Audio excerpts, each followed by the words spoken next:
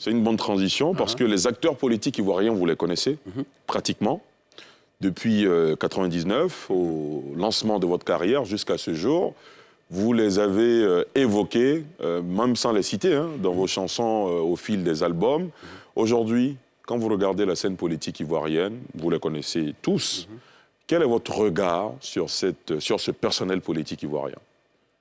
Ben moi, je dis que depuis quelques années, on est emmerdé par les mêmes leaders qui sont là.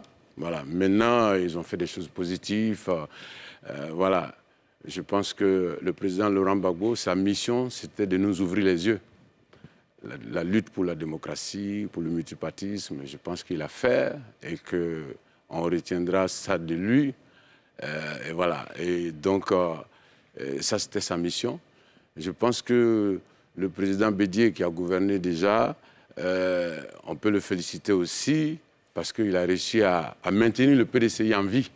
Je pense que Houphouët-Boigny serait très content de lui parce qu'il a maintenu le PDCI en vie. Je pense que le président Alassane Ouattara aussi est venu au pouvoir. Aujourd'hui, tout le monde sait que la Côte d'Ivoire vient de loin. Tout le monde sait que depuis 1993, nous avons été dans une turbulence et qu'aujourd'hui, la Côte d'Ivoire respire quand même s'il y a des injustices, même s'il y a des inégalités. Mais tout le monde sait que la Côte d'Ivoire est de retour. Tout le monde voit les travaux qui se font en Côte d'Ivoire.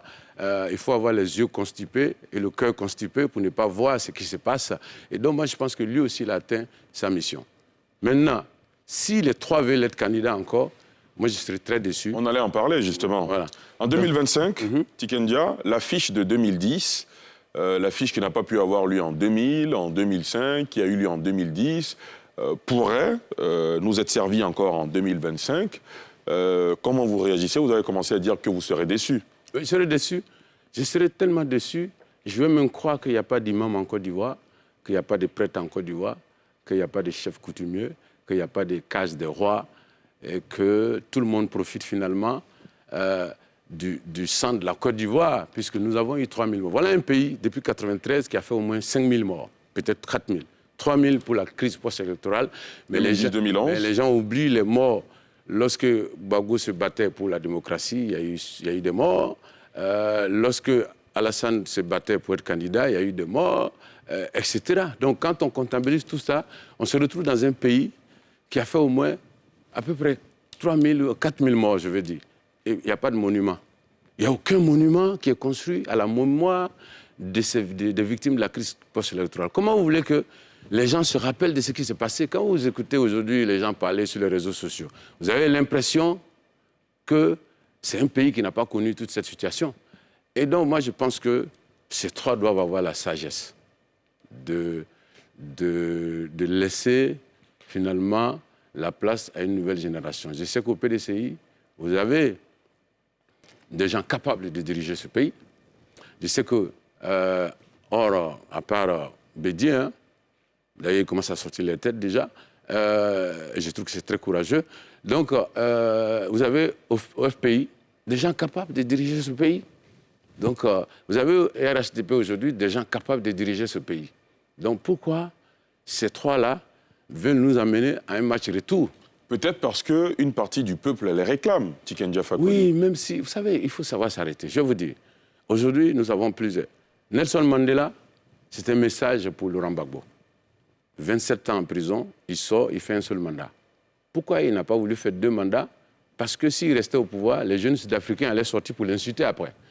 Ils allaient sortir parce qu'ils allaient réclamer les emplois, ils allaient faire ceci. Je veux dire, ce n'est pas comparable, ils n'ont pas les mêmes rapports. Mais je veux dire, voilà, Gbagbo, il s'est battu pour la liberté, Nelson Mandela s'est battu pour la liberté. Même s'ils n'ont pas le même parcours. Le parcours est assez différent parce que, voilà, ce n'est pas comparable. Mais je dis, par rapport au message, vous voyez un peu.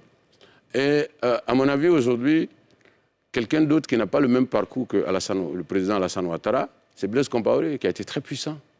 Mais aujourd'hui, qui ne peut même pas avoir le visa pour aller en France. Je pense que c'est un message pour le président Ouattara. On peut être puissant, mais il faut savoir s'arrêter. Arrivé à un moment, il faut dire, il faut que je me fasse regretter ou bien il faut que je m'arrête, etc. Ouais. Le président Bédié, c'est la même chose. Je l'ai dit tout à l'heure, son bilan par rapport au maintien de son parti en vie, etc.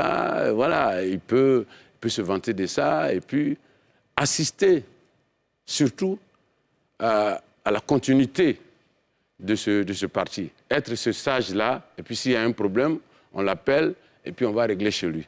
Donc moi, je pense que, voilà, le président Alassane Ouattara doit savoir s'arrêter, le président Gbagbo doit savoir s'arrêter, le président Bédié doit s'arrêter. Ils ont 3 ans pour nous proposer des gens. Et ça, c'est le peuple qui va réclamer ça. C'est pourquoi je dis, si jamais ça arrive, moi, je dis que les sages ont abandonné leurs tâches. Les sages, je veux dire, il y a des autorités religieuses, coutumières, etc. dans ce pays qui doivent se mettre ensemble pour aller voir ces 3 grands et leur dire de ne pas nous mettre dans ce match retour. Et surtout, ce que je demande aujourd'hui, c'est il faut qu'un monument soit construit pour qu'on puisse se rappeler de ce qui s'est passé. Un monument à la mémoire de ceux-là. Comme le mémorial au Rwanda. Mais bien sûr, voilà un pays qui sort d'une turbulence de plusieurs années, des gens sont morts. Vous avez l'impression qu'on ne s'est pas suffisamment arrêté pour tirer les leçons des crises qu'on a connues? Moi, je pense qu'on est des sorciers, hein, qu'on mange l'homme. Moi, je pense qu'on est des sorciers. C'est un peu grave, ça, oui, mais bien sûr, on a mangé 3000 personnes, il n'y a pas de traces, il n'y a rien. On a mangé avant et là, on veut manger encore. Parce que, M. Djarassouba, qu'est-ce qui va se passer dans ce pays? Quand on va organiser les élections, qui va perdre? Qui a gagné? Qui a perdu? Tout le monde va dire « j'ai gagné ». Tout le monde va dire « je n'ai pas perdu ». Et donc, on va envoyer encore les enfants des gens aller se faire tuer. Et puis, il n'y aura rien.